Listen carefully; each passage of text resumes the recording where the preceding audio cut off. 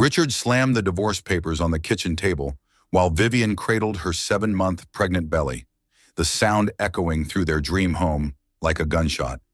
Vivian Harper had believed she was living a fairy tale.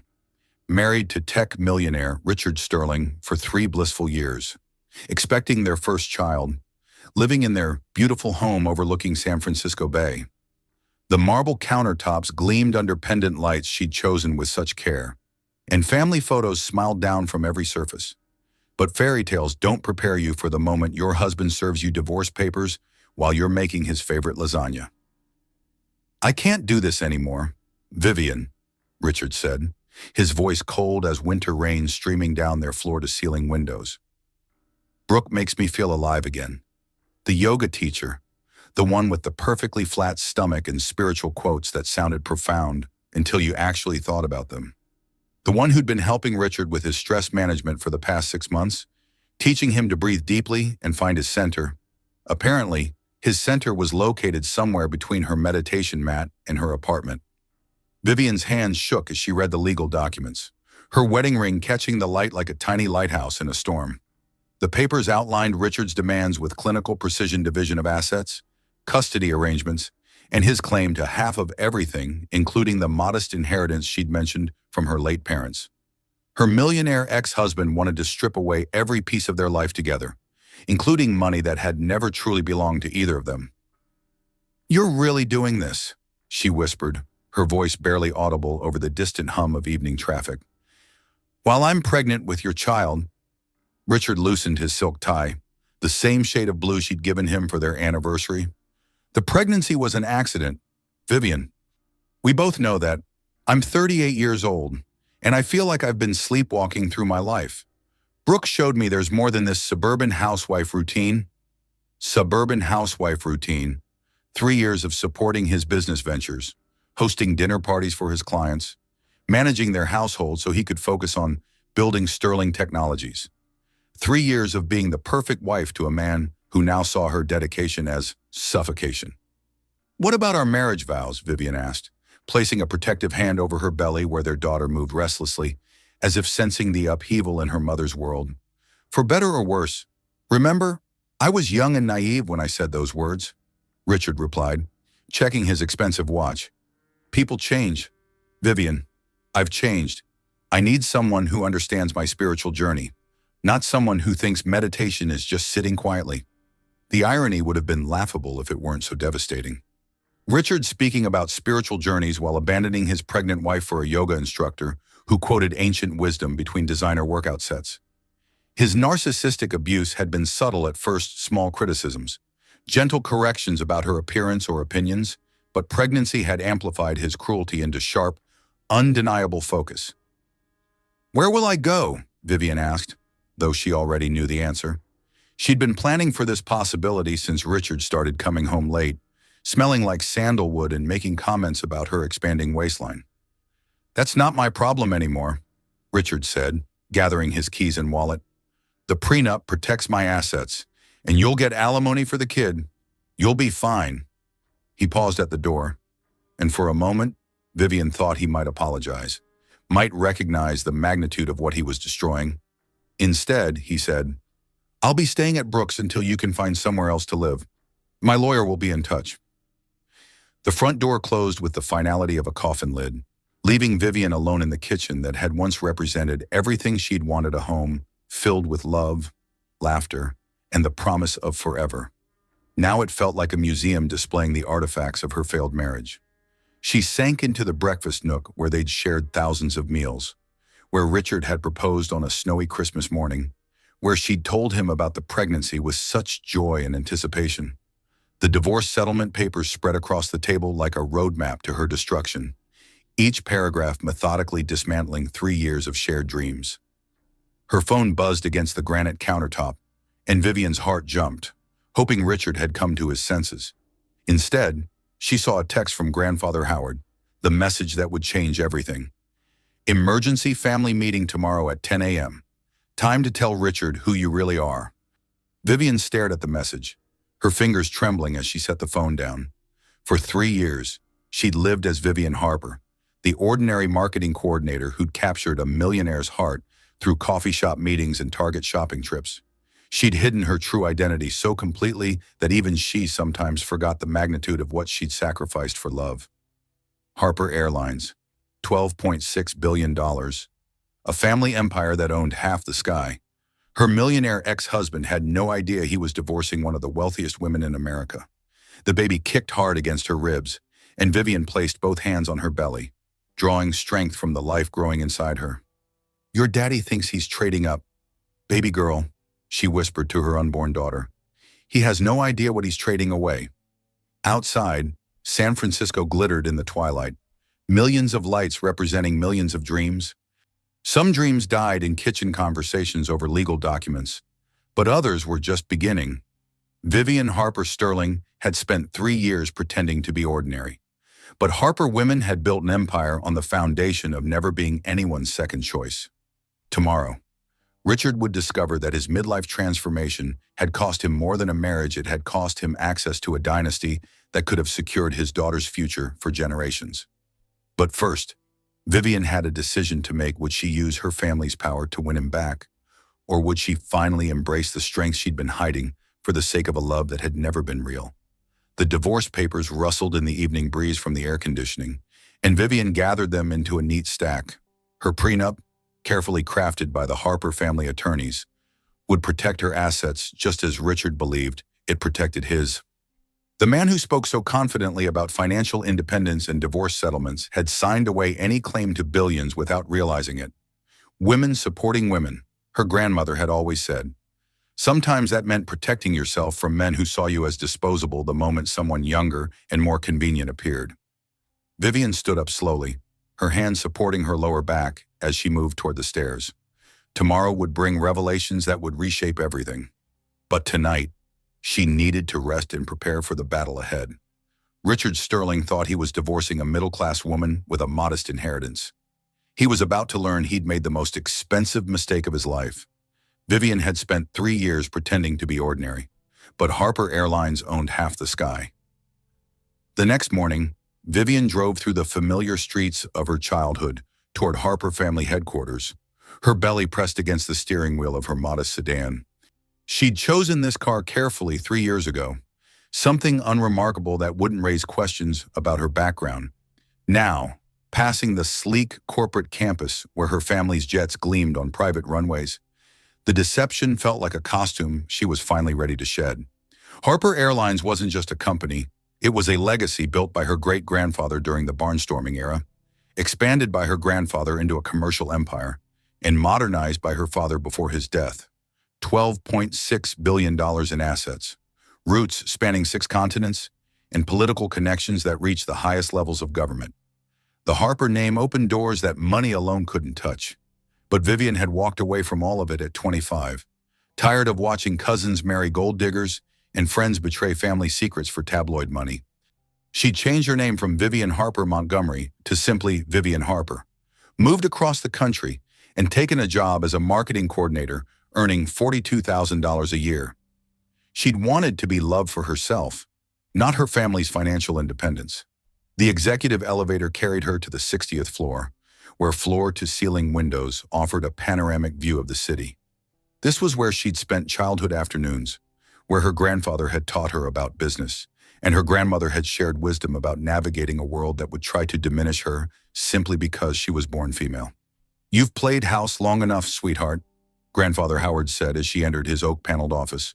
At 72, Howard Harper commanded respect from world leaders and corporate titans, but his eyes softened when they landed on his pregnant granddaughter. "That boy wants to divorce you while you're carrying his child. Time he learned what family he's messing with." Margaret Whitfield, the family's steel-spined attorney, rose from her leather chair with predatory grace. Margaret had been protecting Harper interests for 30 years, and she'd never lost a case involving more than $10 million. Her silver hair was pulled back in a severe bun, and her navy suit cost more than most people's monthly salary. "We've been preparing for this day since you got married," Margaret said, sliding a thick folder across the mahogany conference table. "Richard Sterling's net worth is $8 million. Your trust fund turns over more than that every quarter." Vivian sank into the familiar embrace of her grandfather's favorite chair. the same spot where she'd done homework as a child while corporate negotiations swirled around her. The leather still smelled like her grandfather's cologne and her grandmother's perfume, a combination that meant safety and unconditional love. "I really thought he loved me," Vivian said, her voice catching on the admission. "For 3 years, I believed our marriage was real." "It was real to you," Howard replied gently, moving to the window where Harper jets taxied for takeoff. "You gave that boy the greatest gift possible, authentic love, from a woman who asked for nothing in return. His narcissistic abuse wasn't about your worth, sweetheart. It was about his character." Margaret opened the folder to reveal financial statements that would make Fortune 500 CEOs weep with envy. Harper Airlines stock certificates, real estate holdings spanning from Manhattan penthouses to Colorado ski lodges, investment portfolios that grew 7 figures annually in interest alone. The numbers represented more than wealth, they represented power, influence, and the ability to shape destinies. "Your prenup was crafted by our finest legal minds," Margaret explained, her manicured finger tracing over the relevant clauses. "Richard's lawyer assumed your modest family inheritance meant a few $1,000s and some family photos. The fine print states that it includes all current and future Harper family holdings." Vivian laughed despite herself, a sound that held more pain than humor. "He thought he was protecting himself from a gold digger. Men like Richard Sterling see women as accessories to their success stories," Howard said, his voice carrying the authority of someone who'd built an empire from nothing. "They trade wives like they trade cars, always convinced the newer model will bring them happiness. They never consider that true wealth comes from loyalty, respect, and shared purpose." The irony was devastating in its completeness. Richard had spent 6 months complaining about their finances, suggesting Vivian get a better job or contribute more to their household expenses. He'd criticized her for shopping at Target instead of Nordstrom, for clipping coupons instead of hiring a housekeeper, for living modestly when he wanted to project success. Every criticism had been a rejection of the authentic life she'd chosen, the simple existence that had allowed their love to grow without the corruption of financial expectation. "But first," Howard said, his eyes gleaming with the strategic brilliance that had built their family fortune, "let's give Mr. E. Sterling exactly what he's asking for." Margaret smiled, and Vivian recognized the expression from childhood, the look her family's attorney wore when she was about to destroy someone who'd underestimated Harper women. "We let the divorce proceed exactly as Richard planned. When he discovers your true identity, it'll be too late to change course." "Why not? What about my daughter?" Vivian asked, placing both hands on her belly where the baby moved restlessly. "She deserves to know her father, even if he's not the man I thought he was." "Your daughter will inherit one of the greatest fortunes in American history," Howard replied. "She'll have opportunities her father couldn't imagine in his wildest dreams. The question is whether Richard Sterling deserves to be part of that legacy." Through the office windows, Vivian could see the city spread out below like a living map of possibility. Somewhere in that urban landscape, Richard was probably planning his future with Brooke, calculating alimony payments and custody schedules, believing he held all the cards in their divorce settlement. He had no idea that his pregnant wife could buy his entire company with the quarterly interest from her trust fund. "There's something else," Margaret said, producing a second folder. "We've been investigating Miss Brooke Meadows since she entered Richard's life. Her background is interesting." The photographs Margaret spread across the table told a story that made Vivian's blood run cold. Brooke at charity galas with different wealthy men, Brooke at wedding ceremonies under different names, Brooke accepting settlement checks from divorce attorneys in 3 different states. The woman Richard believed was his spiritual salvation had made a career of targeting successful men during vulnerable transitions. "Women supporting women doesn't mean protecting predators," Margaret said coldly. "Ms. Meadows has destroyed 3 marriages and disappeared with substantial settlements each time. Richard isn't her first midlife transformation, he's her latest mark." Vivian studied the evidence with growing clarity. Richard's spiritual awakening, his sudden dissatisfaction with their marriage, his conviction that Brooke understood him better than his wife of 3 years, all of it had been carefully orchestrated by a professional who made her living destroying families. "Do we tell him?" Vivian asked. "We let him discover it himself," Howard replied. "Men like Richard need to learn consequences, not receive rescue from women they've underestimated. Your job isn't to save him from his choices, it's to protect yourself and your daughter from the damage he's causing. The baby kicked hard, and Vivian winced, pressing her hand against the sharp movement. Her daughter seemed to sense the tension in the room, the weight of decisions that would shape her entire future. This child would grow up knowing her worth wasn't determined by men who saw women as replaceable, who measured love in terms of convenience and ego gratification.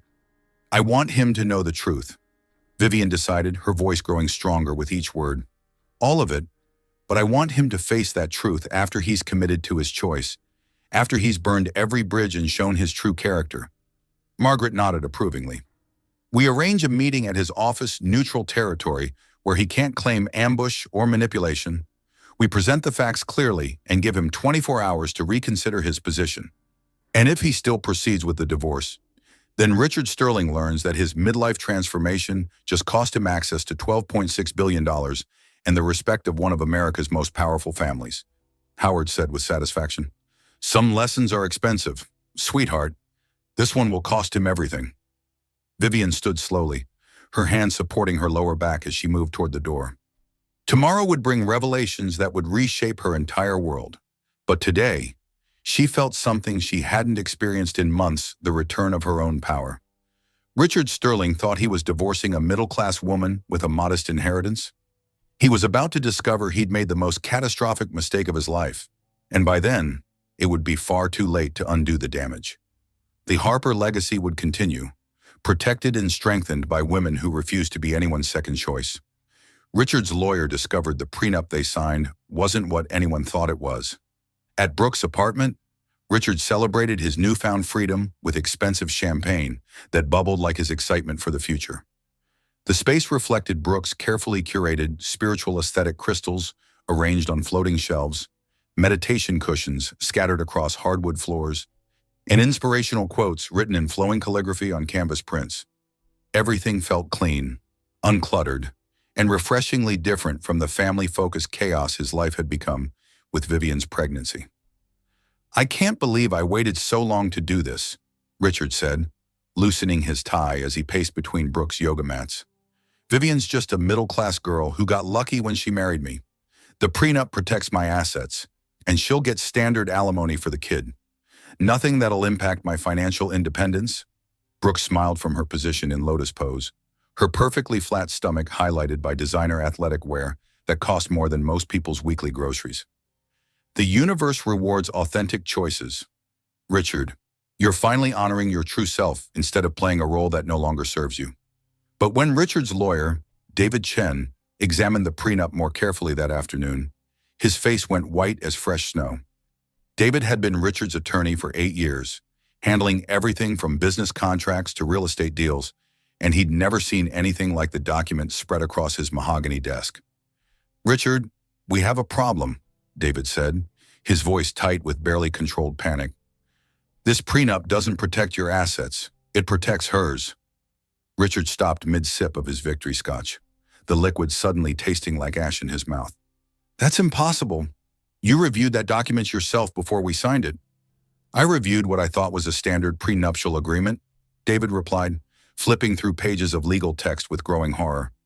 The language seemed straightforward: protection of premarital assets, standard alimony provisions, custody arrangements, but the fine print reveals something very different. David's finger traced the relevant section, his voice growing more strained with each word. Your wife's modest family inheritance isn't listed as a dollar amount. It's defined as all current and future Harper family holdings. I assume that meant a few $1,000s and some family photos. I never investigated further because Vivian presented herself as a woman of modest means. The scotch glass slipped from Richard's fingers, shattering against the Persian rug like his confidence in the divorce settlement. What exactly are we talking about here? I've spent the morning researching Harper family holdings, David said, producing a folder thick with financial documents. Richard, your wife isn't from a middle-class family with a small inheritance. She's the primary beneficiary of the Harper Airlines empire. Net worth $12.6 billion. The number hung in the air like smoke from an explosion, incomprehensible in its magnitude. Richard's entire net worth was $8 million, impressive by most standards. but microscopic compared to the fortune his wife had been hiding. His millionaire ex-husband's status suddenly felt like calling himself tall when standing next to Mount Everest. "That's impossible," Richard repeated, but his voice lacked conviction. Memories were reshaping themselves in his mind. Vivian's uncanny knowledge of business strategy, her calm during financial stress, her insistence on modest living despite his pressure to upgrade their lifestyle. She shops at Target. She clips coupons. She was living below her means, David explained, loosening his tie as if the office had suddenly become unbearably hot.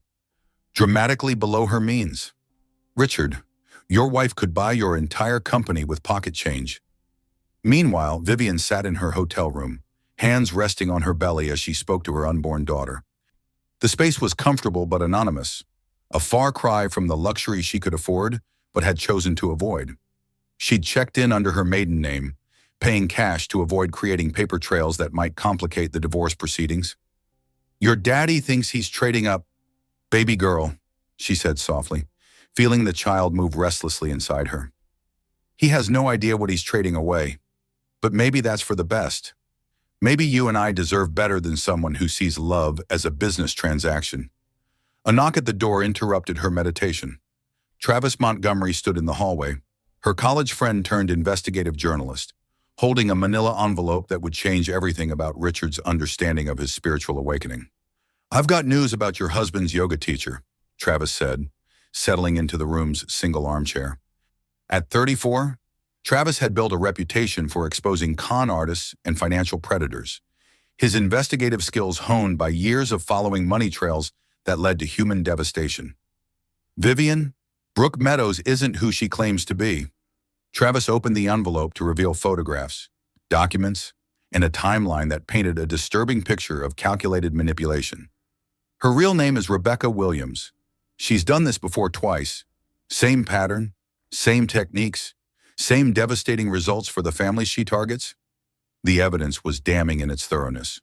Rebecca Williams from Phoenix, who'd married and divorced tech executive Marcus Webb after claiming pregnancy and receiving a $2 million settlement.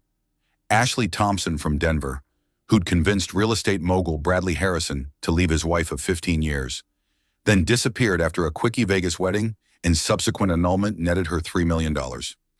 She targets successful men going through midlife transitions, Travis explained, his voice carrying the clinical detachment of someone who'd seen too many variations of the same human tragedy. Offers spiritual guidance, sexual validation, and emotional support during vulnerable periods. Then she claims pregnancy to accelerate marriage and maximize settlement potential. Vivian studied the photographs with growing clarity about her own situation. Richard's sudden spiritual awakening, his dissatisfaction with their stable marriage, his conviction that Brooke understood his authentic self, all of it had been carefully orchestrated by a professional who made her living destroying families for financial gain. "The pregnancy test in Brooke's bathroom wasn't hers," Travis continued, producing surveillance photos taken with a telephoto lens. "She's been using the same prop for 3 different cons. The woman your husband believes is carrying his child is running the same script she's used to manipulate 2 other wealthy men." The irony was devastating in its completeness. Richard had abandoned his pregnant wife for a woman whose pregnancy was fake, trading authentic love for manufactured spiritual connection, choosing someone who saw him as a mark rather than a partner. His narcissistic abuse had made him vulnerable to abuse from someone whose manipulation skills far exceeded his own. "Do we tell him?" Vivian asked, though she already knew the answer. "We let him discover it himself," Travis replied. "Men like Richard need to learn consequences, not receive rescue from women they've underestimated. Besides, exposing Brooke now might make him think you're trying to sabotage his happiness. Better to let him face the truth after he's committed to his choices."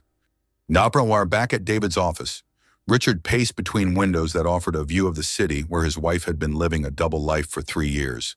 The financial documents spread across the desk represented more than wealth, they represented power, influence, and opportunities he'd never imagined possible. "Can we contest the prenup?" Richard asked desperately. "Claim fraud or misrepresentation?" David shook his head grimly.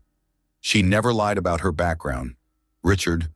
She simply didn't volunteer information about her family's wealth.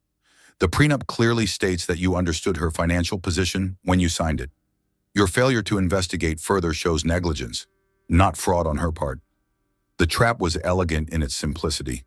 Vivian had protected herself using the same legal mechanisms Richard had insisted upon, turning his desire for financial security into the instrument of his own financial destruction. Every conversation about money, every criticism of her modest lifestyle, every demand that she contribute more to their household expenses, all of it had been happening while she possessed wealth that could have solved every problem he'd ever imagined. "What's my exposure?" Richard asked, though he dreaded the answer. "In a traditional divorce, you might expect to keep your premarital assets and split anything acquired during the marriage," David explained carefully. "But this prenup reverses that protection. Vivian's trust fund and family holdings remain entirely hers, while your assets become vulnerable to community property laws." Richard's phone buzzed with a text from Brooke. "Can't wait for our new life together. Baby, the universe is aligning perfectly for us." Reading those words while staring at documents that revealed his wife's true wealth felt like watching his entire world reshape itself in real time. His midlife transformation had led him to abandon a woman worth billions for a con artist whose pregnancy was as fake as her spiritual awakening techniques. The ultimate question wasn't whether he could afford to divorce Vivian, it was whether he could afford not to try winning her back. But as David gathered the prenup documents with the care reserved for legal explosives, Richard realized that some mistakes create consequences too expensive to undo. His divorce settlement was about to become the most costly midlife crisis in American history, and the woman he'd underestimated held all the cards he'd never known existed. The pregnancy test in Brooke's bathroom wasn't hers, it was planted evidence. Travis Montgomery had built his investigative career on following money trails and exposing predators who targeted vulnerable people during life transitions. Now, sitting in his cluttered home office surrounded by surveillance equipment and legal documents, he was unraveling the most sophisticated con he'd encountered in 15 years of journalism. "Your husband's spiritual awakening wasn't spontaneous," Travis told Vivian over a secure phone connection. "Brooke Meadows has been planning this seduction for months, studying Richard's patterns, identifying his vulnerabilities, and positioning herself as the solution to problems she helped create." The evidence filled 3 filing cabinets and painted a disturbing picture of calculated manipulation. Brooke had researched Richard's business schedule, learned his favorite coffee shop, and arranged to be there during his morning routine. Her first conversation with him hadn't been chance, it had been choreographed to appeal to his specific psychological needs during a period when Vivian's pregnancy was making him feel trapped and overlooked. "She targets successful men experiencing major life changes," Travis explained, scrolling through his computer files. "Marriage, parenthood, career stress. Aging, these transitions create emotional vulnerability that professional manipulators exploit." Richard's complaints about feeling disconnected from his authentic self weren't original thoughts. They were planted suggestions that Brooke cultivated over months of seemingly casual conversations. Security footage from Richard's office building revealed the extent of Brooke's preparation. She'd entered the building 3 times before her first official appointment with Richard, always with different men who matched a specific profile: successful, middle-aged, married, and displaying signs of midlife dissatisfaction.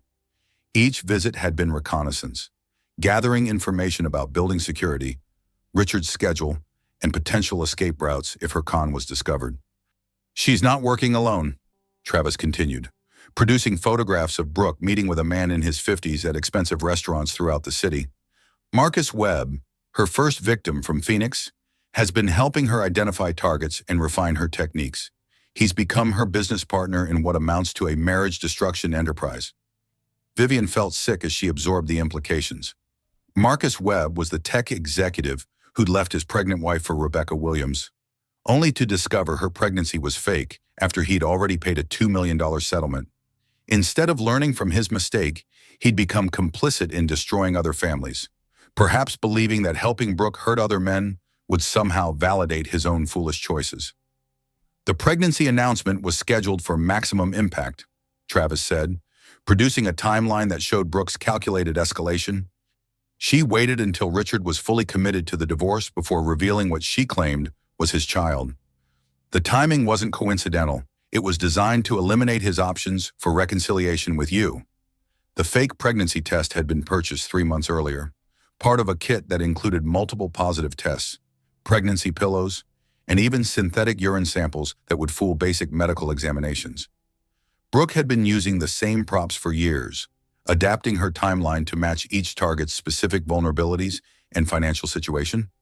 Meanwhile, Richard sat in his office at Sterling Technologies, staring at financial reports that suddenly seemed insignificant compared to the wealth his wife had been hiding. His business partner, Shane Parker, knocked on the door, carrying coffee and concern about Richard's recent behavior.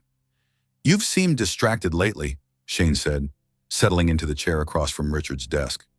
At 29, Shane was younger and more idealistic than Richard, still believing in concepts like loyalty and authentic love. "Everything okay with the divorce proceedings?" Richard laughed bitterly, the sound echoing off his office windows that offered a view of the city where his entire understanding of reality was being rewritten. "Vivian's been lying to me for 3 years. Shane, she's not who I thought she was." "What do you mean?" "She's rich," Richard said, the words feeling strange in his mouth. "Not comfortable or well off. Rich. Billionaire rich. Harper Airlines rich. And I've been criticizing her for shopping at Target while she could buy my entire company with pocket change." Shane set down his coffee cup with the careful precision of someone processing shocking information. "Wait, Harper Airlines? Your wife is connected to Harper Airlines?" "She's not connected to it," Richard replied, his voice hollow with the magnitude of his miscalculation. "She owns it. Or will, eventually. Her family built that empire, and I've been treating her like some gold digger who lucked into marrying above her station." The irony was so complete it felt like a cosmic joke. Richard had spent months complaining about Vivian's lack of ambition, her satisfaction with modest living, her refusal to leverage their marriage for social advancement. Every criticism had been a rejection of choices she'd made to live authentically, to find love based on character rather than financial opportunity. "Richard," Shane said carefully, "Harper Airlines contracts with major tech companies for their corporate travel management. If your divorce becomes public knowledge, it could impact our business relationships across multiple sectors." That hadn't occurred to Richard, the possibility that his personal decisions might have professional consequences extending far beyond his own company. Harper Airlines influenced industries ranging from aerospace to hospitality, with political connections that reached the highest levels of government. Alienating the Harper family wouldn't just cost him personally, it could destroy Sterling Technologies and impact every employee who depended on their success. "There's something else," Richard said, producing the divorce papers that had seemed so straightforward 24 hours earlier. "The prenup I thought was protecting my assets actually protects hers. If this divorce goes through, I could lose everything I've built." Shane studied the legal documents with growing alarm. As Richard's business partner, Shane owned 30% of Sterling Technologies, which meant Richard's financial destruction could impact his own future security. The personal had become professional, the private had become public, and the consequences were expanding like ripples from a stone thrown into still water. "You need to fix this," Shane said bluntly. "Whatever it takes. Whoever you need to apologize to, whatever bridges you need to rebuild, you fix this before it destroys everything we've worked for." But some bridges become impossible to rebuild once they've been burned completely. Richard had served divorce papers to a pregnant billionaire while abandoning her for a con artist whose fake pregnancy was part of a criminal enterprise targeting wealthy men. The level of betrayal, disrespect, and sheer stupidity involved in his choices had created consequences that apologies couldn't address. Travis finished compiling his evidence and prepared to deliver the final piece of information that would complete Vivian's understanding of her situation. "There's one more thing you need to know about Brooke's pattern," he told Vivian. "She always claims pregnancy to accelerate marriage, but she's never actually carried a child to term. Every pregnancy has ended in convenient miscarriage after the divorce settlement is finalized." The calculation was horrifying in its completeness. Brooke used fake pregnancies to manipulate vulnerable men into abandoning their families, then used fake miscarriages to avoid the long-term commitment of actual parenthood. She'd perfected a system that destroyed marriages, devastated children, and left entire families emotionally and financially traumatized while she moved on to her next target. "Your husband isn't just being conned," Travis said. "He's become complicit in a criminal enterprise that specifically targets pregnant women and their children. When Richard abandoned you for Brooke, He became part of a pattern that destroys families for profit. Vivian felt her daughter kick forcefully, as if the baby sensed the danger surrounding their family. This child would grow up knowing that her father had chosen money and ego gratification over loyalty and love, that he'd abandoned her before birth for a woman whose entire identity was constructed to prey on men like him. The truth was becoming clear. Richard's midlife transformation hadn't been about finding his authentic self. It had been about succumbing to manipulation from a professional who understood that men's narcissistic abuse patterns made them vulnerable to specific types of exploitation. Women supporting women meant protecting each other from predators who used fake spiritual awakening and manufactured pregnancy to destroy families. It also meant recognizing when men's choices revealed character flaws too fundamental to forgive. Vivian's financial independence would protect her daughter from the consequences of Richard's catastrophic judgment. But no amount of money could undo the emotional damage he'd inflicted by choosing a con artist over his pregnant wife. The investigation was complete, the evidence was overwhelming, and the time for truth had arrived. Richard's mother had hired 3 private investigators to research Brooke, and all 3 found different identities. Maureen Sterling stood in her pristine Marin County kitchen, surrounded by the evidence that would shatter her son's delusions about his spiritual awakening. At 65, Maureen had survived her own catastrophic marriage to Richard's father, a charming narcissist who'd nearly destroyed their family fortune through gambling and affairs. She recognized predatory behavior when she saw it, and everything about her son's yoga teacher screamed danger. "Richard, you need to listen to me," Maureen said into her phone, her voice carrying the authority of someone who'd learned expensive lessons about trusting appearances. "This woman you're planning to marry is not who she claims to be."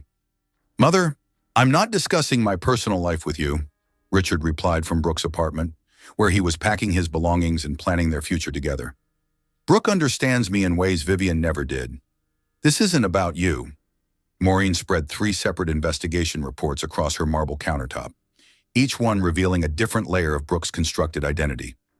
The first investigator had found Rebecca Williams from Phoenix, divorced twice. No children despite multiple pregnancy claims. Last known address, a luxury apartment that she'd abandoned without paying 6 months of rent.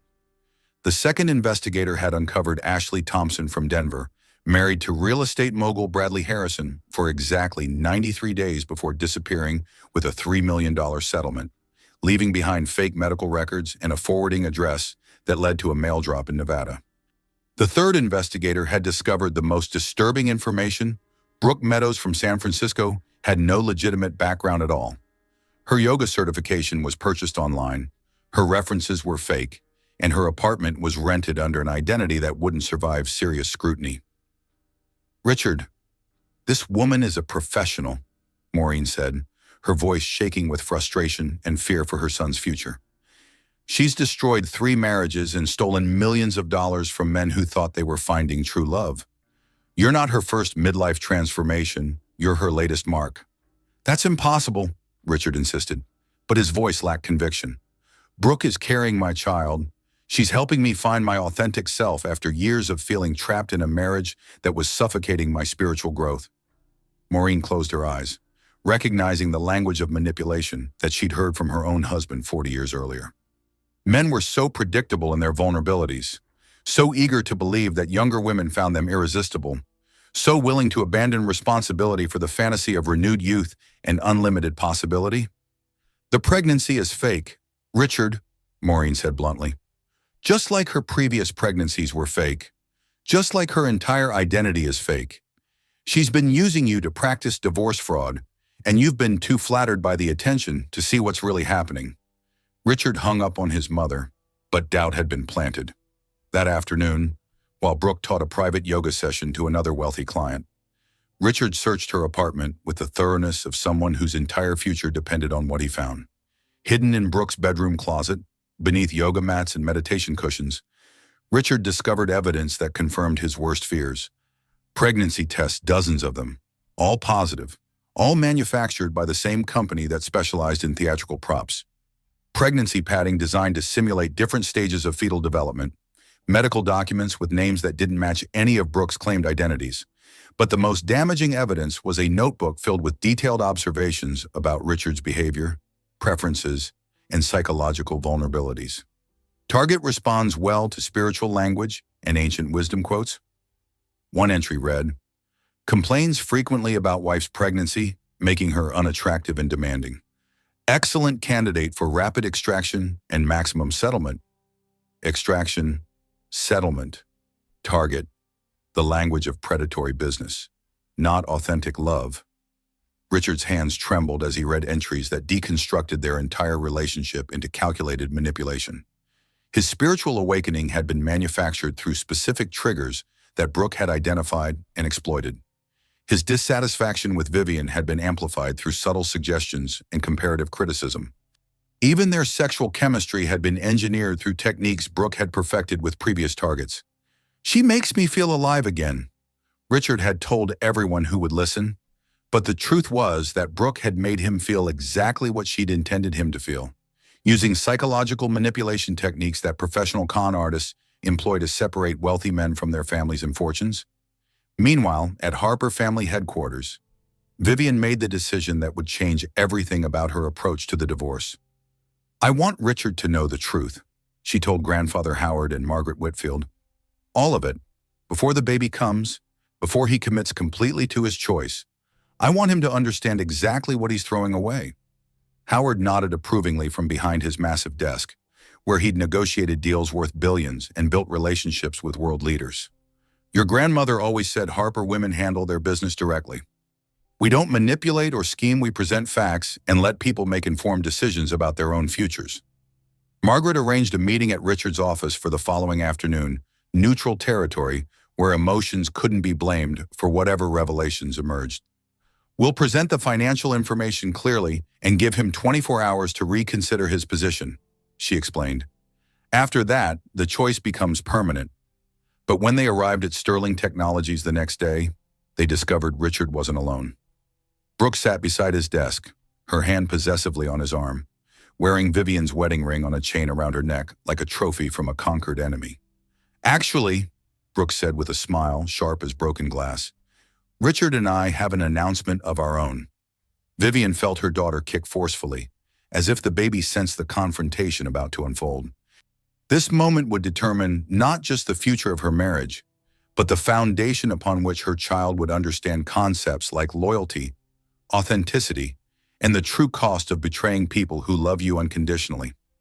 Richard looked between his pregnant wife and his yoga teacher, unaware that the next few minutes would force him to choose between fantasy and reality, between manufactured spiritual awakening and genuine family legacy, between a con artist's temporary validation and a billionaire's permanent love.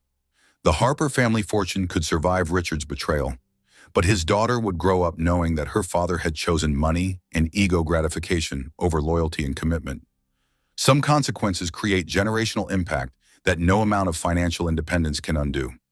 Margaret opened her briefcase with the precision of someone preparing for legal warfare, while Vivian placed both hands on her belly and prepared to reveal truths that would reshape her husband's entire understanding of the life he was choosing to abandon. Women supporting women sometimes meant protecting yourself from men whose narcissistic abuse made them vulnerable to even worse manipulation from professional predators. The time for truth had arrived, and Richard Sterling was about to discover that his midlife transformation had cost him everything worth having. Brooke's pregnancy announcement would have been more convincing if she hadn't forgotten to hide the fake belly padding. The tension in Richard's office was thick enough to cut with a knife as Brooke Meadows prepared to deliver what she believed would be the final blow to any hope of reconciliation between Richard and Vivian. Sunlight streamed through the floor-to-ceiling windows, illuminating the scene like a stage set for a drama that would determine the future of multiple families. "Richard and I are expecting a child together," Brooke announced, her hand moving to her abdomen in a gesture of protective motherhood that would have been touching if it weren't completely fabricated. "The universe has blessed our authentic connection with new life." Vivian watched her husband's face transform with joy, wonder, and the vindication he'd been seeking for his decision to abandon his pregnant wife. Richard stood up from his desk chair, moving toward Brooke with the reverence of someone who believed he was witnessing a miracle rather than a performance. "This changes everything," Richard said, his voice thick with emotion. "Vivian, you have to understand this proves that my choice was guided by something larger than myself. The universe is showing me that Brooke and I are meant to build a life together." But Travis Montgomery, waiting in the lobby with professional surveillance equipment, was capturing photographs that would expose Brooks' deception with devastating clarity. Through his telephoto lens, he could see what everyone in the office had missed: the subtle bulk around Brooks' midsection that suggested padding rather than pregnancy, the careful way she positioned herself to avoid profile shots, and most damning of all, a corner of synthetic material that had shifted during her dramatic announcement. "Before we discuss your announcement," Margaret Whitfield said with the calm authority of someone who destroyed more experienced liars than Brooke Meadows, "there's something about Mrs. Sterling's identity that requires clarification." Margaret placed a folder on Richard's desk, the leather portfolio containing documents that would rewrite his understanding of everything he thought he knew about his wife, his marriage, and his financial future. "Mr. Sterling, your wife isn't who you believe her to be. There's nothing I need to know about my soon-to-be ex-wife," Richard snapped, his attention focused entirely on Brooke and the child he believed she was carrying. "Whatever games you're playing, Margaret, they won't change my decision. I found real love, real connection, and real purpose with Brooke." "Actually," Margaret replied with the smile of someone holding royal flush, "there is something quite significant you should know. Vivian Harper is the primary beneficiary of the Harper Airlines Trust. Net worth $12.6 billion. The office fell silent except for the hum of Richard's computer and the distant sound of traffic 40 floors below. Numbers that large don't immediately register in the human brain. They require time to process, context to understand, and usually multiple repetitions before their magnitude becomes clear. Richard's face went through a sequence of emotions in rapid succession: confusion, disbelief, calculation, recognition, and finally, naked greed. The transformation was so complete and obvious that even Brooke could read the implications written across his features. "This is impossible," Richard whispered, sinking back into his chair, as if the weight of his mistake was physically crushing him. "You shop at Target, you clip coupons, you drive a Honda Civic." "I wanted to be loved for myself," Vivian replied simply, her hand protective over her belly, where their daughter moved restlessly. "Not my family's money. I spent 3 years being authentic with you, Richard. Every moment of our marriage was real on my side." Brooke's face went pale as she performed her own calculations. She'd spent months researching Richard Sterling, studying his business ventures, calculating his net worth, and positioning herself to extract maximum value from their relationship. Her entire con had been based on the assumption that Richard was the wealthy target and Vivian was the obstacle to be removed. Now she realized she'd been manipulating the wrong person entirely. "Richard, baby," Brooke said, her voice taking on a desperate edge as she tried to regain control of the situation. "Money doesn't matter when you have real spiritual connection. What Vivian's offering you is just material wealth. What we have is authentic love." But Richard's attention was entirely focused on the financial documents spread across his desk. Harper Airlines stock certificates, real estate holdings, investment portfolios, trust fund statements, numbers so large they redefined his understanding of wealth and power. His wife, the woman he'd been preparing to divorce, could buy his entire company with the quarterly interest from her trust fund. "This can't be legal," Richard said, his voice cracking with the strain of processing information that overturned every assumption he'd made about his marriage. "If Vivian had this much money, why didn't she contribute more to our household expenses? Why did she live like a middle-class woman?" "Because that's who she chose to be," Margaret explained patiently. "Mrs. Sterling wanted to build a marriage based on love and compatibility, not financial dependency. She lived modestly to ensure that any man who loved her was responding to her character, not her bank account." The irony was devastating in its completeness. Richard had criticized Vivian for exactly the qualities that proved her authenticity: her refusal to flaunt wealth, her satisfaction with simple pleasures, her focus on building emotional connection rather than social status. Every complaint he'd made about her lack of ambition had been a rejection of choices that demonstrated her genuine character. Travis chose that moment to enter the office, his press credentials providing access that security couldn't question. "Sorry to interrupt," he said with the casual confidence of someone holding devastating evidence, "but I think there's something everyone should see." He placed a series of photographs on Richard's desk beside the financial documents, images that told a story more damaging than any verbal accusation could convey. Brooke adjusting what appeared to be padding under her flowing dress. Brooke meeting with Marcus Webb at expensive restaurants throughout the city. Brooke entering Richard's building with different men over a period of months. Your girlfriend's pregnancy is as fake as her spiritual awakening techniques, Travis said bluntly. Her real name is Rebecca Williams, and she's made a career of targeting wealthy men during vulnerable transitions. This is her fourth attempt at divorce fraud, and you've been her most cooperative victim yet. Brooke's carefully constructed facade began to crumble under the weight of photographic evidence. Those pictures are taken out of context, she protested, but her hand moved unconsciously to her midsection, where the padding had shifted during her dramatic pregnancy announcement. Would you like to explain the context? Margaret asked with predatory politeness. Because these photographs suggest a pattern of behavior that federal prosecutors might find very interesting.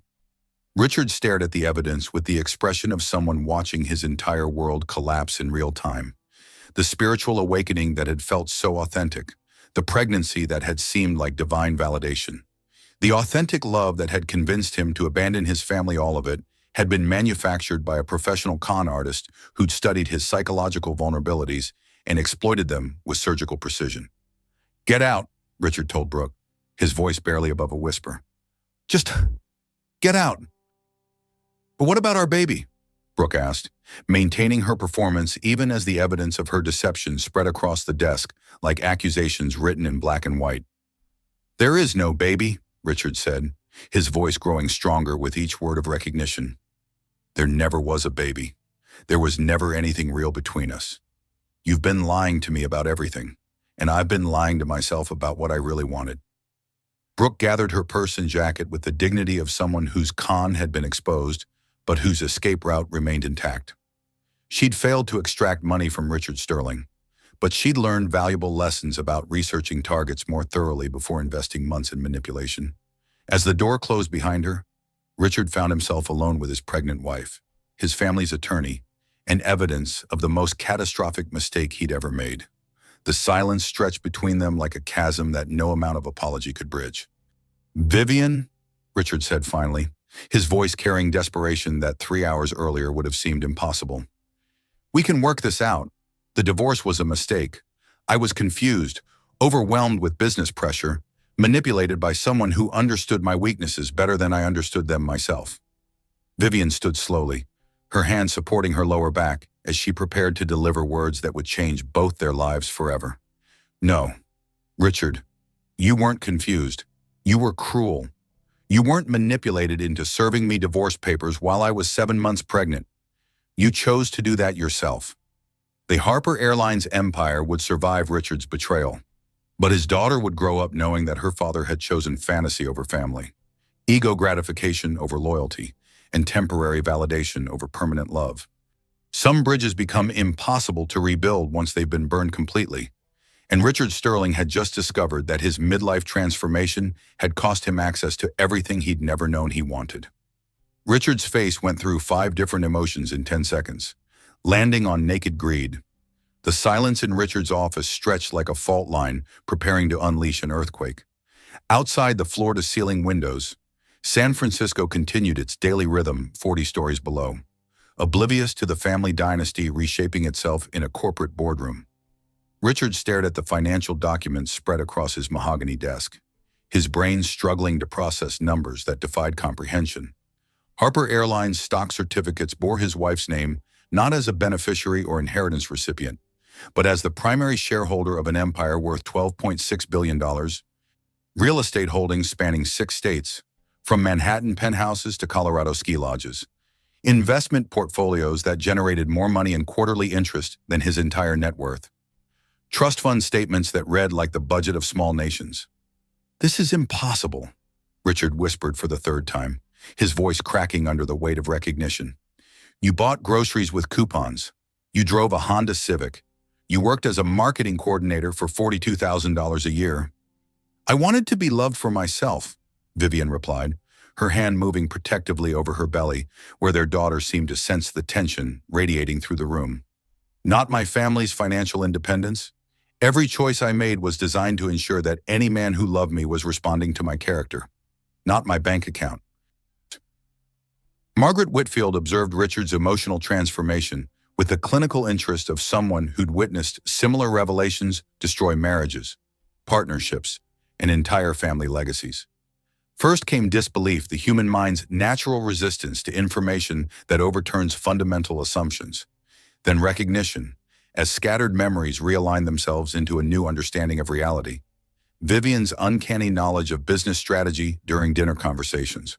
Her calm confidence during financial stress that would have terrified most people earning modest salaries. Her insistence on living below their means despite Richard's pressure to upgrade their lifestyle to match his growing success. Her refusal to be impressed by his wealth or intimidated by his business connections. But the emotion that settled across Richard's features like a mask was neither remorse nor embarrassment, it was calculation. Margaret recognized the expression from 40 years of family law practice. The moment when love transforms into negotiation, an authentic connection becomes financial opportunity. "Vivian, sweetheart," Richard said, his voice suddenly tender in a way that made Margaret's skin crawl. "We can work this out.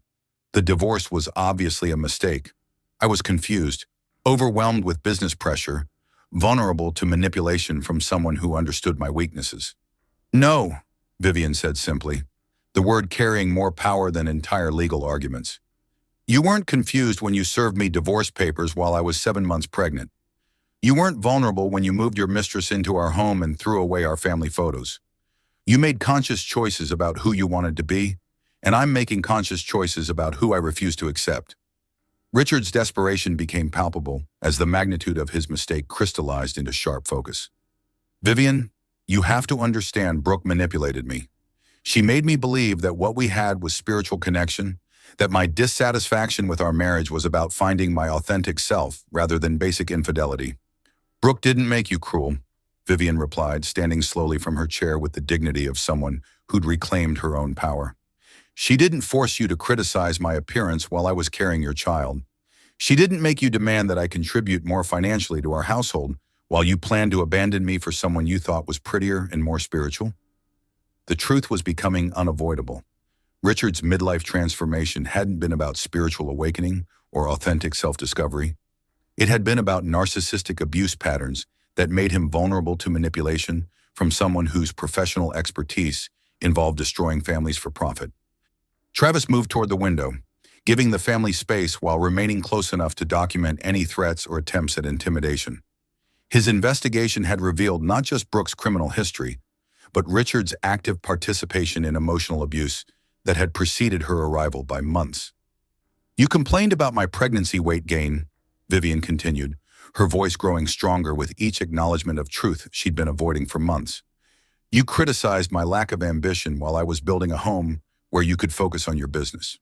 You demanded that I be grateful for your financial support while sitting on wealth that could have solved every problem you claimed to face." Richard's business partner Shane knocked on the office door, then entered without waiting for permission. The expression on his face suggested he'd overheard enough of the conversation to understand the implications for Sterling Technologies and everyone who depended on their success. "Richard," Shane said carefully, "Harper Airlines contracts with major tech companies throughout the industry. If this divorce becomes public knowledge, it could destroy our professional relationships and tank our client base overnight." That aspect hadn't occurred to Richard, the possibility that his personal decisions might create professional consequences extending far beyond his own life. Harper Airlines influenced industries ranging from aerospace to hospitality, with political connections that reached the highest levels of government. Alienating one of America's most powerful families wouldn't just cost him personally, it could destroy everything he'd built and everyone who'd helped him build it. "There's still time to fix this," Shane continued, his voice carrying the desperation of someone watching his own future collapse. "Whatever apologies need to be made, whatever bridges need to be rebuilt, whatever legal arrangements need to be restructured, we fix this before it destroys everything we've worked for." But Vivian had already made her decision. "The divorce proceeds as planned," she said with finality that left no room for negotiation or manipulation. "I won't be married to someone who sees me as disposable the moment someone younger and more convenient appears." Margaret began gathering the financial documents with the satisfaction of someone whose strategy had unfolded exactly as planned. "Mr. Sterling," You have 24 hours to consider your position. After that, the prenup you signed becomes permanently binding, and your window for reconsideration closes forever. The prenup, the document Richard had insisted upon to protect his assets from a woman he'd assumed was seeking his money. The same legal instrument that would now protect Vivian's billions from a man whose true character had been revealed through his choices during her most vulnerable period. "This isn't over," Richard said, but his voice lacked conviction. "I'll contest the prenup. I'll claim fraud, misrepresentation, whatever legal grounds exist for invalidating a document signed under false pretenses." "You're welcome to try," Margaret replied with the confidence of someone who'd never lost a case involving more than $10 million. But Mrs. Sterling never lied about her background.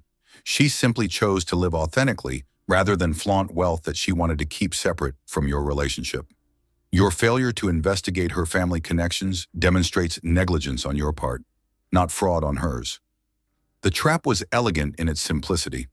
Richard had been so focused on protecting his own assets that he'd never considered investigating hers. His assumptions about her middle-class background had been based on prejudice and stereotype rather than facts. And those assumptions had shaped a prenup that now protected the very wealth he desperately wanted to access. Vivian moved toward the door, her pregnancy making each step deliberate and careful. "Goodbye, Richard. I hope you find whatever it is you're really looking for, but you won't find it by abandoning people who love you for people who see you as an opportunity." As the door closed behind her, Richard slumped in his chair, surrounded by evidence of the most expensive mistake in American divorce history.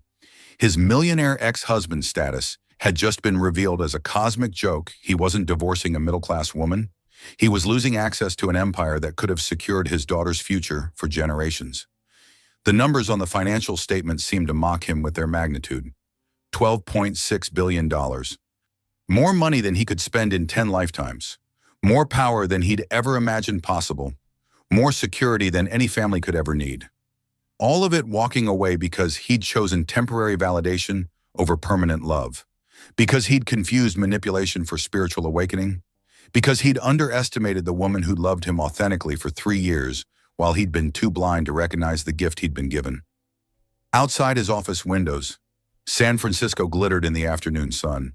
Millions of lights representing millions of dreams. Some dreams died in corporate boardrooms over financial documents, but others were just beginning to take shape in the hearts of women strong enough to walk away from men who couldn't recognize their worth. Richard Sterling had just learned that his midlife transformation had cost him everything worth having, and the lesson had come too late to change the outcome. Richard's lawyer called an emergency meeting when he realized his client might lose everything to a prenup protecting billions. Within 24 hours of discovering his wife's true wealth, Richard had transformed from a confident man pursuing spiritual fulfillment into a desperate strategist fighting for financial survival. His penthouse apartment, which had seemed luxurious when he was married to a marketing coordinator, now felt modest compared to the dynasty he was losing.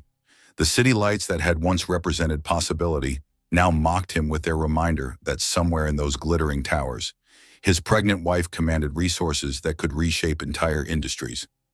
David Chen worked through the night, researching precedents for invalidating prenuptial agreements signed under conditions of alleged misrepresentation.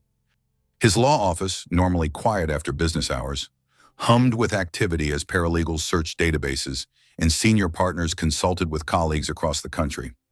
The stakes had never been higher in David's 15-year career. His client faced the possibility of walking away from $12.6 billion over a divorce that had seemed routine 48 hours earlier. "We're claiming fraud based on misrepresentation of assets," David explained to Richard during their emergency meeting, his normally pristine appearance disheveled from stress and caffeine. "Vivian failed to disclose the full extent of her wealth, which prevented you from making an informed decision about the prenup's terms." "But she never lied," Richard replied, pacing between windows that offered a view of the financial district where his wife's family conducted business worth more than most countries' annual budgets. "She just didn't volunteer information about her background." "That's the challenge," David admitted, loosening his tie as if the office had become unbearably hot. "California courts generally uphold prenups unless there's evidence of coercion, fraud, or unconscionability. Your wife's decision to live modestly doesn't constitute fraud, it constitutes personal choice." Meanwhile, Margaret Whitfield prepared her counterattack with the methodical precision of someone who'd spent 3 decades protecting family fortunes from exactly this type of desperate legal maneuvering. Her corner office at Harper Family Headquarters overlooked the private airfield where company jets prepared for flights that would carry board members to emergency meetings in New York, London, and Tokyo. Mr. Sterling's legal strategy is predictable, Margaret told Howard Harper, who sat behind his massive desk reviewing contingency plans that had been prepared years earlier. He'll claim fraud, demand financial records, and attempt to delay proceedings until media pressure forces a settlement. Howard nodded with the calm authority of someone who'd built an empire by anticipating challenges and neutralizing threats before they could gain momentum. What's our exposure? Minimal, Margaret replied with satisfaction. The prenup was drafted by our finest attorneys, reviewed by independent counsel, and signed after a 30-day waiting period that eliminated any claims of coercion. Richard's failure to investigate his wife's background demonstrates negligence, not grounds for invalidation. But Richard's desperation was creating complications that extended far beyond legal proceedings. Within hours of the revelation, news of the divorce had leaked to industry publications, creating shockwaves throughout the technology sector where Sterling Technologies had built relationships with major clients. Every major contract is being reviewed, Shane Parker told Richard during an emergency board meeting, his voice tight with barely controlled panic. Harper Airlines influences aerospace, hospitality, transportation, and corporate travel industries. Our clients are asking whether doing business with us might jeopardize their relationships with the Harper family. The personal had become professional, the private had become public, and the consequences were expanding like ripples from a stone thrown into still water. Richard's midlife transformation wasn't just destroying his marriage, it was threatening the livelihoods of every employee who depended on Sterling Technologies for their financial security. We need damage control, Richard said, but his voice lacked the confidence that had once commanded boardrooms and inspired investor confidence. Crisis management, public relations, whatever it takes to contain this situation. There's only one solution, Shane replied bluntly. You fix things with Vivian. Whatever apologies need to be made, whatever legal concessions need to be offered, whatever personal sacrifices need to be accepted, you fix this before it destroys everything we've built. But some bridges become impossible to rebuild once they've been burned completely. Richard had served divorce papers to a pregnant billionaire while abandoning her for a con artist whose fake pregnancy had been designed to accelerate his financial destruction. The level of betrayal, disrespect, and sheer stupidity involved in his choices had created consequences that apologies couldn't address. Media coverage began within 48 hours, transforming Richard's personal crisis into public entertainment.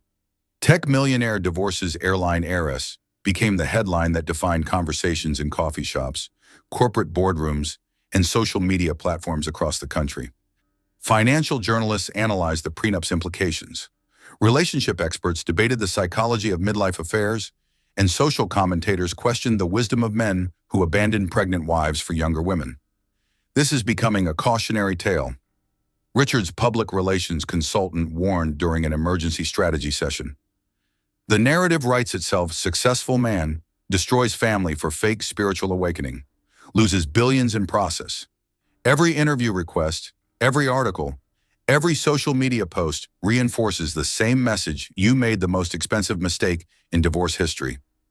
Richard watched his reputation disintegrate in real time as industry colleagues distanced themselves from the scandal.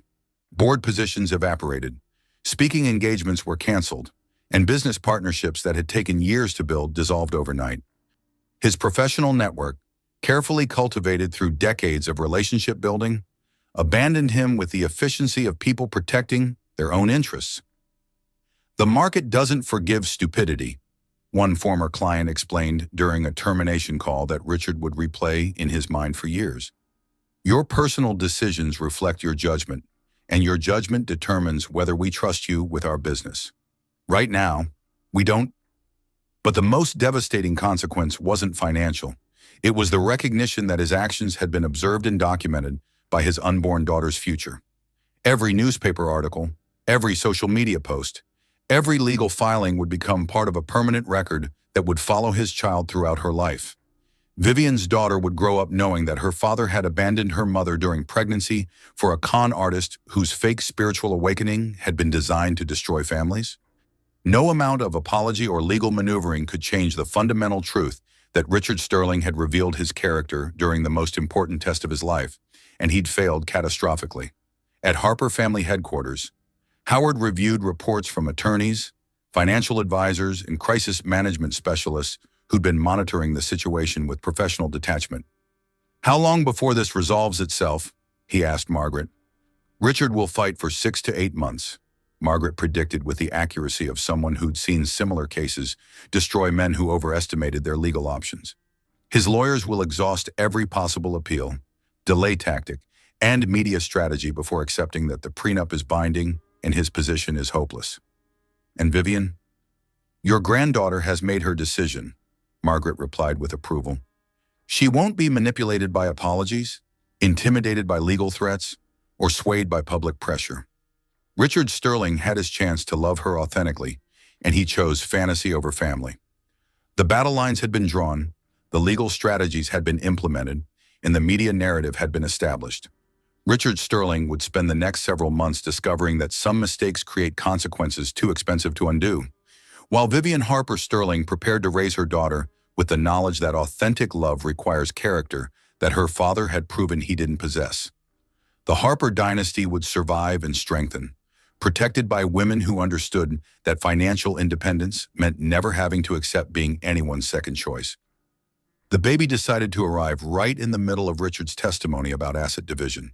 At 36 weeks pregnant, Grace Harper Sterling made her entrance into the world with the dramatic timing that would define her character for years to come. Vivian's water broke at precisely 10:15 a.m., just as Richard finished explaining to the family court judge why his wife's failure to disclose her billions constituted grounds for invalidating their prenuptial agreement. "Your Honor," Richard was saying, his voice carrying the desperation of someone watching his last legal option slip away. "My wife deliberately concealed assets that would have fundamentally altered my understanding of our financial arrangement. The prenup was signed under false pretenses that prevented me from making informed decisions about—" Vivian gasped, her hand gripping the gallery railing as warm fluids soaked through her maternity dress onto the courthouse floor. The contraction that followed was sharp enough to double her over, and Margaret immediately stood from her position at the plaintiff's table. "Your Honor, we need to recess," Margaret announced with the authority of someone who'd practiced family law long enough to recognize genuine medical emergencies. "Mrs. Sterling is in active labor." The courtroom erupted in controlled chaos as bailiffs called for medical assistance, and reporters realized they were witnessing the most dramatic divorce hearing in California history. Richard stared at his pregnant wife with an expression that cycled through confusion, concern, and the dawning recognition that his daughter was about to be born during their custody battle. "This isn't supposed to happen for another month," Richard said, his prepared legal arguments forgotten as he watched Vivian breathe through another contraction with the focused intensity of someone whose body had decided to override everyone's schedule. "Babies arrive when they're ready," Vivian replied through gritted teeth, her hand protective over her belly, where Grace was apparently eager to meet the chaos her parents had created. "Your daughter doesn't care about your legal strategy, Richard." The ambulance arrived within minutes, but Howard Harper's helicopter landed on the courthouse roof even faster. At 72, Howard commanded resources that made emergency medical transport seem routine, and his great-granddaughter would receive the finest obstetric care available, regardless of where labor chose to begin. "We're taking Vivian to UCSF," Howard announced with the calm authority of someone who'd handled family crises across 6 decades. "Their neonatal intensive care unit is the best on the West Coast, and Dr. Patricia Williamson is standing by." The transfer from courthouse to hospital took on the qualities of a military operation, with Harper Family Security coordinating with San Francisco Emergency Services to ensure safe passage through city traffic. Richard found himself relegated to observer status as his wife's family managed the medical emergency with efficiency that highlighted the resources he'd been too blind to recognize. At the hospital, Richard paced the private waiting room that Howard had secured through connections that reached the highest levels of California Healthcare Administration. The space was comfortable but sterile, decorated with abstract art that couldn't distract from the magnitude of what was happening 3 floors above. His daughter was being born, while her parents fought over billions of dollars in family court. "This is insane," Richard muttered, checking his watch for the 100th time in 30 minutes. "Grace isn't due for another month." The doctors said first babies usually arrive late, not early. "Stress can trigger premature labor," Maureen Sterling observed from her position near the windows that offered a view of the city where her son was discovering the consequences of his choices. She'd arrived at the hospital within an hour of receiving Richard's call, carrying flowers and a baby blanket that seemed pitifully inadequate given the circumstances. "Maybe this is a sign," Richard continued, his voice carrying desperate hope that divine intervention might somehow undo the damage he'd inflicted on his family. "Maybe Grace's early arrival means we're supposed to work things out, that the universe is giving us another chance to get this right." Maureen studied her son with the mixture of love and disappointment that only mothers can master. "Richard, your daughter's birth doesn't erase the choices you made. It doesn't change the fact that you abandoned her mother for a con artist, or that you've spent 6 months proving you can't recognize authentic love when it's offered freely." 3 floors above, Vivian labored through contractions that seemed to intensify with each hour, her focus entirely on bringing Grace safely into a world that was already more complicated than any child should inherit. Margaret sat beside the hospital bed, handling legal calls and media inquiries with one hand while holding Vivian's hand with the other. "How's Richard handling this?" Vivian asked between contractions, her voice strained but still concerned for the man who'd abandoned her during the most vulnerable period of her pregnancy. "Like someone who's finally confronting the magnitude of what he's losing," Margaret replied honestly. "But concern for your well-being doesn't undo months of narcissistic abuse, sweetheart. Good men don't serve divorce papers to pregnant wives, regardless of what spiritual awakening they claim to be experiencing." Dr. Patricia Williamson entered the delivery room with the calm competence of someone who delivered thousands of babies under every conceivable circumstance. "How are we feeling? Vivian ready to meet your daughter?" "She's ready to meet us," Vivian replied, feeling another contraction build with the intensity that meant Grace would arrive soon. She's got her grandfather's sense of dramatic timing. At 11:47 p.m., Grace Harper Sterling made her official entrance into the world 6 pounds, 2 ounces of perfect health despite her early arrival. She emerged with dark hair that matched her mother's and her father's stubborn chin, but her eyes held the alert intelligence that would define Harper women for generations. Richard stood at the nursery window 20 minutes later, watching his daughter sleep in the specialized care unit with an expression of wonder that temporarily overshadowed his legal and financial panic. Grace was beautiful in the way that newborns are beautiful, wrinkled and red, but unmistakably perfect, her tiny hands already grasping at everything within reach. "She's incredible," Richard whispered, his voice thick with emotions that lawyers and financial documents couldn't address. "Look at her. Mom, she's absolutely perfect." "She's a Harper," Maureen replied with satisfaction, recognizing the family resemblance that would connect Grace to generations of strong women who'd built empires and protected their families from men who couldn't recognize their worth. "She'll grow up knowing her value isn't determined by people who see her as disposable." The next morning brought visitors that highlighted the different worlds Grace had inherited. Travis Montgomery arrived with flowers and a vintage copy of The Little Prince, while Shane Parker brought corporate gifts that seemed absurdly inadequate given the Harper family's resources. The contrast was stark, Richard's business associates offering symbolic gestures, while Vivian's family provided private medical care, armed security, and the kind of protection that billions could buy. Howard Harper held his great-granddaughter with the tenderness of someone who'd waited 72 years to experience this particular joy. "She's got the Harper determination," he said, watching Grace grip his finger with surprising strength. "Look at that grasp, she's already holding on to what's hers." But the most significant visitor was the one who didn't come. Brooke Meadows had disappeared from San Francisco within hours of her con being exposed, moving on to her next target in another city where her fake pregnancy and manufactured spiritual awakening could destroy a different family. She left behind only unpaid rent and forwarding addresses that led nowhere. Another chapter in a criminal career that had perfected the art of exploiting men's midlife vulnerabilities.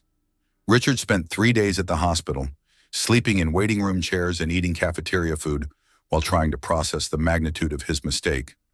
Every nurse who congratulated him on his beautiful daughter also asked about his wife's condition, forcing him to explain repeatedly that they were in the middle of divorce proceedings. "Your wife seems like a lovely woman," one nurse commented after checking Grace's vital signs. "She's been so gracious to all the staff, despite everything she's going through. You're very lucky." Lucky? The word felt like mockery coming from someone who didn't understand that Richard had thrown away the greatest fortune in American history for a woman whose pregnancy had been purchased online for theatrical props. On Grace's third day of life, Richard made a decision that would define his relationship with his daughter forever. He withdrew his legal challenges to the prenup, signed away his parental rights to ensure Grace would inherit her full Harper legacy without complications, and released any claim to Vivian's assets or future financial support. "It's not noble," Richard told David Chen during their final attorney-client meeting. "It's practical. I can't compete with a $12 billion family fortune, and fighting will only destroy my business and reputation completely. Grace deserves better than a father who's become a cautionary tale about midlife stupidity." David reviewed the documents with the relief of someone whose most challenging case was finally reaching resolution. "This protects you from further legal exposure and allows you to rebuild your professional reputation," he agreed. "But Richard, you're signing away any relationship with your daughter. Are you certain this is what you want?"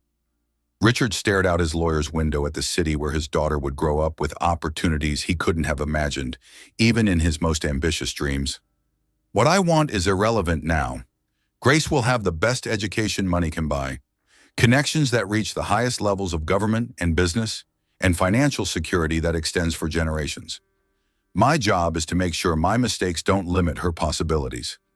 The irony was complete. Richard's final act as Vivian's husband was the first genuinely selfless decision he'd made in months. But it came too late to repair the damage he'd inflicted on their family. Too late to demonstrate the character that might have justified forgiveness. Vivian signed the custody documents from her hospital bed, Grace sleeping peacefully in her arms while Margaret handled the legal formalities with efficient professionalism. "Are you certain about this?" Margaret asked, though she already knew Vivian's answer. "Grace deserves a father who chooses her consistently," Vivian replied, her voice carrying the strength that came from finally accepting painful truths. "Richard has shown me who he is when faced with difficult choices. I believe him now." 6 weeks later, Vivian stood in the nursery that had been prepared at the Harper family estate. Grace sleeping in a crib that overlooked the private airfield where Harper Airlines jets took off and landed throughout the day. The room was decorated in soft yellows and greens, with family photos spanning 4 generations of Harper women who'd built legacies and protected their children from men who couldn't recognize their worth. "Your great-grandfather built this empire so his family would never be vulnerable," Vivian told her daughter during their nightly ritual. "But I learned something important during these past months. Real strength isn't hiding who you are. It's being brave enough to be yourself and strong enough to walk away from people who don't value you." Grace stirred in her sleep, her tiny hand grasping at dreams that would someday include private jets, international boarding schools, and political connections that reached the highest levels of power. But more importantly, she would grow up knowing that her mother had chosen dignity over desperation, authentic love over manufactured acceptance, and financial independence over emotional dependence on men who saw women as replaceable. The Harper dynasty would continue, strengthened by another generation of women who understood that some things, self-respect, authentic relationships, and the protection of children were worth more than any amount of money that apologies or legal maneuvering could secure. Richard Sterling had learned that his midlife transformation cost him everything worth having. But Grace Harper Sterling would inherit the knowledge that her value was never dependent on men who couldn't recognize the gifts they'd been given. Women supporting women meant teaching daughters that they should never accept being anyone's second choice, and that sometimes the greatest act of love is walking away from people who've proven they don't deserve the loyalty they've been offered. Richard's last act as Vivian's husband was the first honorable thing he'd done in months. 1 year later, Vivian stood in her childhood bedroom at the Harper estate, now converted into Grace's nursery, watching her daughter take her first tentative steps across hardwood floors that had supported 4 generations of Harper women. The room overlooked the private airfield where company jets carried board members to meetings that shaped international commerce. But this morning, The only thing that mattered was Grace's determined effort to reach her favorite teddy bear. "Come on, sweetheart," Vivian encouraged, kneeling on the floor with her arms outstretched. "You can do it. Harper women don't give up."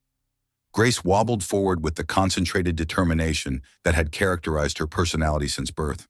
Her dark hair catching sunlight that streamed through windows designed to offer panoramic views of the family's aviation empire. When she finally reached her mother's arms, her delighted laugh filled the room with joy that felt like healing after months of legal battles and media scrutiny. The divorce had been finalized 8 months earlier, with Richard's complete capitulation surprising even Margaret Whitfield, who'd prepared for extended litigation that could have lasted years. Instead, Richard had signed away his parental rights, released all claims to Vivian's assets, and moved to Portland, where he'd started a small consulting firm that earned enough to support his modest lifestyle while keeping him far from the scandal that had destroyed his reputation in San Francisco. "Your daddy sends a card every month," Vivian told Grace during their daily routine, though the baby was more interested in exploring the buttons on her mother's blouse than understanding complex family dynamics. "With pictures of Oregon and letters explaining how sorry he is for the choices he made when you were born." The cards arrived with clockwork regularity, always addressed to Grace but clearly intended for Vivian's consideration. Richard wrote about his new life in Portland, his work with small businesses that couldn't afford major consulting firms, and his gradual understanding of how profoundly he'd miscalculated everything that had mattered. But he never asked for custody, never requested visits, and never suggested that his regret entitled him to forgiveness. Travis Montgomery had become Grace's unofficial uncle, visiting monthly with gifts that reflected his journalist's instinct for finding unique treasures during his investigations. Today he'd brought a vintage children's book about aviation that seemed perfect for a baby whose family owned half the sky. "How's our favorite heiress doing?" Travis asked, settling into the comfortable chair that had been Vivian's reading spot throughout childhood. "Still planning to take over the family business by age 2? "She's got her great-grandfather's ambition," Vivian replied, watching Grace examine her new book with the focused intensity that suggested she was already developing the strategic thinking that had built the Harper empire. Yesterday, she figured out how to open the safety latches on her toy chest. "Howard says she's showing early signs of problem-solving abilities that will serve her well in corporate boardrooms." The Harper family had embraced Grace with the protective love that came from understanding exactly how precious she was, not just as the next generation of their dynasty, but as proof that their values had survived the challenge of Richard's betrayal. Howard spent hours each day with his great-granddaughter, teaching her about airplanes through picture books and explaining business concepts through games that seemed impossibly advanced for a 1-year-old. "She's going to be formidable," Travis observed, watching Grace attempt to turn pages that were still too complex for her developing motor skills. "Strong women usually come from families that teach them their worth early." Shane Parker had visited twice since Grace's birth, both times carrying corporate gifts and awkward apologies for his former business partner's behavior. Sterling Technologies had survived Richard's scandal, but never recovered its previous momentum. Shane had bought out Richard's shares and rebuilt the company under new management, but the Harper Airlines contracts that could have elevated them to industry leadership were permanently beyond reach. "Richard asks about you both in every email," Shane had mentioned during his most recent visit, his voice carrying the discomfort of someone delivering messages between people who'd burned bridges too completely for direct communication. "He wants you to know that he understands why forgiveness isn't possible, but he hopes Grace will someday understand that his mistakes don't reflect on her worth." Vivian had accepted these messages with the polite distance that protected her from reopening wounds that had finally begun to heal. Richard's regret was genuine. His understanding of his mistakes was complete, and his respect for her decision to exclude him from Grace's life was absolute. But none of that changed the fundamental truth that he'd revealed his character during the most important test of their marriage. And character wasn't something that apologies could rebuild. Margaret Whitfield remained the family's primary attorney, but her role had evolved from crisis management to legacy planning as the Harper dynasty adapted to include another generation.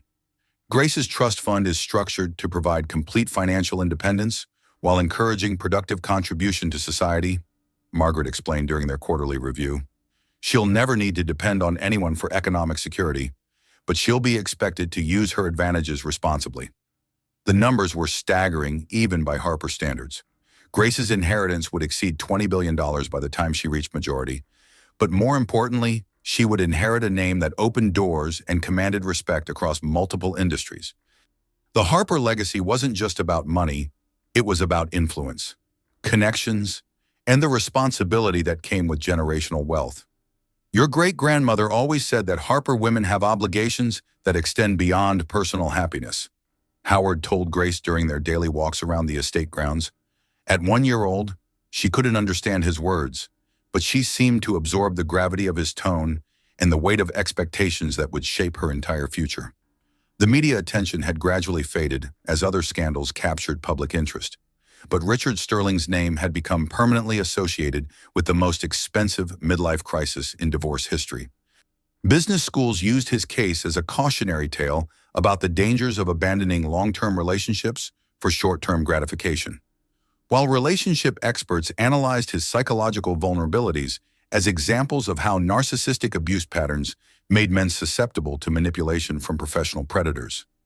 Brooke Meadows had been arrested in Phoenix 6 months after leaving San Francisco, charged with fraud, identity theft, and racketeering in connection with her systematic targeting of wealthy men across multiple states. Her trial would begin in the fall, with Richard listed as a witness for the prosecution despite his reluctance to relive his humiliation in federal court. Justice doesn't erase the damage she caused, Vivian reflected, reading news articles about Brooke's arrest while Grace napped in her arms, but maybe it prevents her from destroying other families the way she destroyed ours. On Grace's first birthday, the Harper family hosted a celebration that reflected both their wealth and their values. The guest list included business leaders, political figures, and family friends, but the focus remained entirely on the child whose future would extend the Harper legacy into the next century. Grace wore a tiny designer dress and received gifts that ranged from handmade toys to trust fund contributions that would fund her education at the finest institutions in the world. But the most meaningful gift arrived by mail, a letter from Richard that would be saved until Grace was old enough to understand its contents. In careful handwriting, he'd written about his love for her, his regret for the choices that had excluded him from her life, and his hope that she would grow up knowing her worth wasn't determined by her father's failures. "I know I have no right to ask for anything," the letter concluded, "but if you ever decide you want to meet the man who helped create you, I'll be in Portland, trying to become someone worthy of your consideration. Your mother was right to protect you from the person I was when you were born, but I'm working every day to become the person I should have been all along." Vivian read the letter while Grace slept in her crib, surrounded by birthday gifts and family photos that told the story of women who'd built empires and protected their children from men who couldn't recognize their worth. The words were sincere, the regret was genuine, and the respect for her decisions was complete. But forgiveness wasn't something that could be earned through apologies, it was something that had to be freely given. And Vivian wasn't ready to give it. "Your daddy wants to be part of your life," she told Grace during their nightly ritual, though the baby was more interested in the mobile that played classical music above her crib. "Someday, when you're old enough to understand complicated things, you'll get to decide whether his regret justifies taking that risk." The question wasn't whether Richard deserved a second chance. It was whether Vivian was strong enough to define forgiveness on her own terms, in her own time, according to her own understanding of what Grace needed for her development and security. Outside the nursery windows, San Francisco glittered in the evening light, millions of dreams represented by millions of lights. Some dreams died in kitchen conversations over divorce papers, but others were just beginning to take shape in the hearts of women who'd learned that authentic love required character that couldn't be faked or manufactured. Grace Harper Sterling would grow up knowing that her mother had chosen dignity over desperation, financial independence over emotional dependence, and authentic relationships over manufactured spiritual awakening. She would inherit not just billions of dollars, but the knowledge that her worth was never dependent on men who couldn't recognize the gifts they'd been given. The Harper dynasty would continue, strengthened by another generation of women who understood that some things, self-respect, authentic love, and the protection of children were worth more than any amount of money that apologies could offer. Richard Sterling had learned that his midlife transformation cost him everything worth having. But Grace Harper Sterling would inherit the knowledge that she should never accept being anyone's second choice. And sometimes, The greatest act of love is walking away from people who've proven they don't deserve the loyalty they've been offered freely. As Vivian turned off the nursery lights and headed toward her own bedroom in the Harper family estate, she felt something she hadn't experienced in over a year: complete peace with her choices.